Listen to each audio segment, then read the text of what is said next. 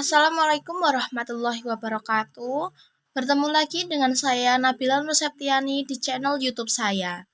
Ini adalah video pertama pembahasan dari statistika. Pada video ini, kita akan belajar bagaimana cara menyajikan data dalam tabel distribusi frekuensi. Oke, dalam video ini kita akan belajar bagaimana cara menyajikan data dalam tabel distribusi frekuensi atau data berkelompok. Nah, pastinya teman-teman waktu SMP pernah ya belajar data tunggal, di mana data itu disajikan satu persatu ya, seperti data berat badan siswa kelas 10 yang tertulis di kertas ini. Inilah data tunggal yang disajikan satu persatu. Seandainya data ini hanya berjumlah 10 atau 15, bisa dengan mudah kita sajikan dalam bentuk data tunggal. Tapi, jika datanya lebih dari 30 data, sebaiknya data ini kita sajikan dalam data berkelompok. Sekarang, teman-teman bandingkan data ini kalau kita sajikan satu persatu atau dalam bentuk data tunggal. Ini adalah data mentah. Sekarang bandingkan dengan data yang kalau kita sajikan seperti ini. Ini kita kelompokkan ke dalam beberapa interval yang disebut kelas. Bandingkan dengan data yang pertama yang masih disajikan satu persatu dengan data yang sudah kita kelompokkan dan kita sajikan dalam tabel distribusi frekuensi. Tentunya data yang sebelah sini dapat lebih cepat diungkap dan dimengerti dan juga memudahkan proses analisis data. Nah, sekarang kita akan coba mengelompokkan data dalam kelas-kelas interval ya. Langkah pertama, ini ada X-max sama dengan 62 dan X-min sama dengan 45. Apa itu X-max? Apa itu X-min? X-max adalah data terbesar yang tertera di sini, yaitu 62. Dan X-min adalah data terkecil, yaitu 45. Langkah kedua, kita tentukan banyak kelas. Rumusnya adalah kelas sama dengan 1 tambah 3,3 dikali dengan log 40. Ini sebenarnya rumus aslinya log n ya, tapi log adalah logaritma dan n-nya sebenarnya n itu adalah banyaknya data. Jadi banyaknya data di sini ada 40. Terus kemudian 1 ditambah 3,3 dikali 1,6. Nah, 1,6 ini dari mana? Dari log 40 yang sudah disajikan di soal.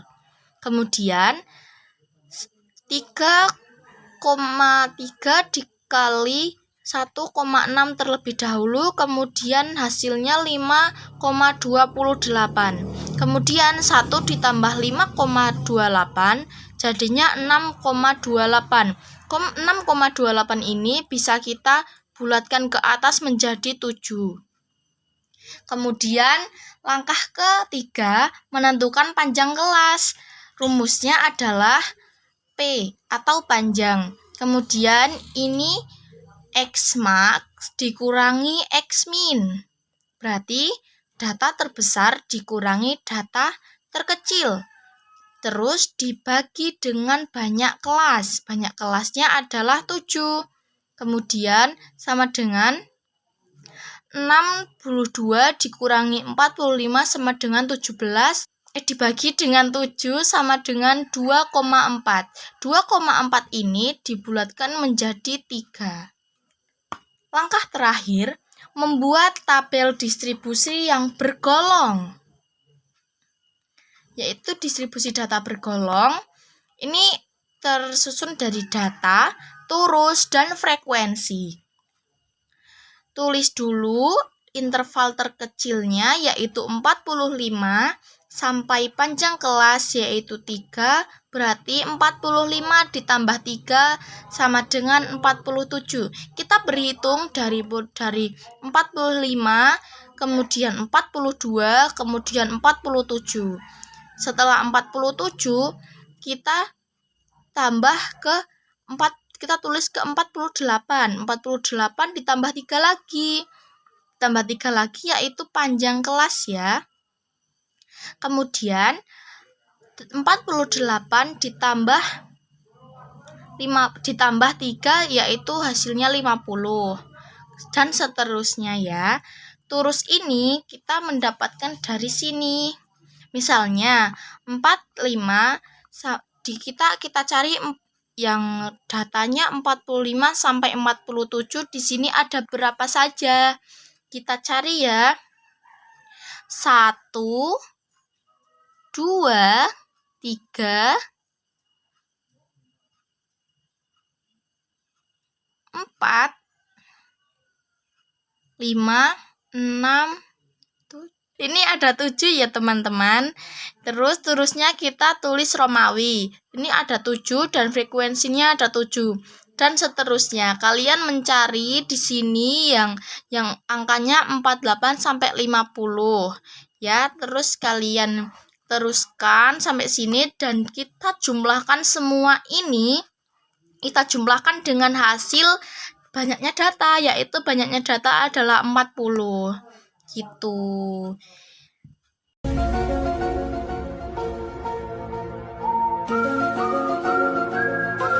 Setelah nomor 1 sudah kita selesaikan, kemudian nomor 2, buatlah penyajian data dengan menggunakan diagram batang vertikal dari tabel distribusi frekuensi yang sudah dibuat di nomor 1. Dan ini nomor 2-nya kita buat sumbu tegak dan mendatar terlebih dahulu. Kemudian tulislah data berat badan siswa kelas 10 dan banyaknya siswa pada sumbu tegak ya. Kemudian gambarlah batang pada ukuran sepatu sesuai tinggi banyaknya siswa kelas 10 sesuai data pada tabel.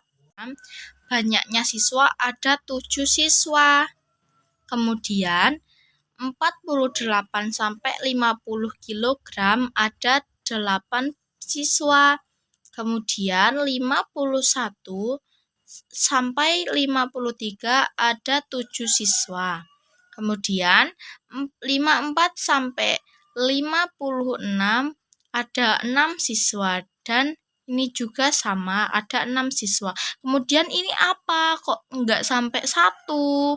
Nah, ini karena di data distribusinya ini enggak ada atau 0, jadi kita tulis saja setengahnya dari 1 gitu. Ya, terima kasih sudah mendengarkan penjelasan dari saya. Mohon maaf jika ada kesalahan kata yang saya ucapkan. Saya mohon maaf sebesar-besarnya.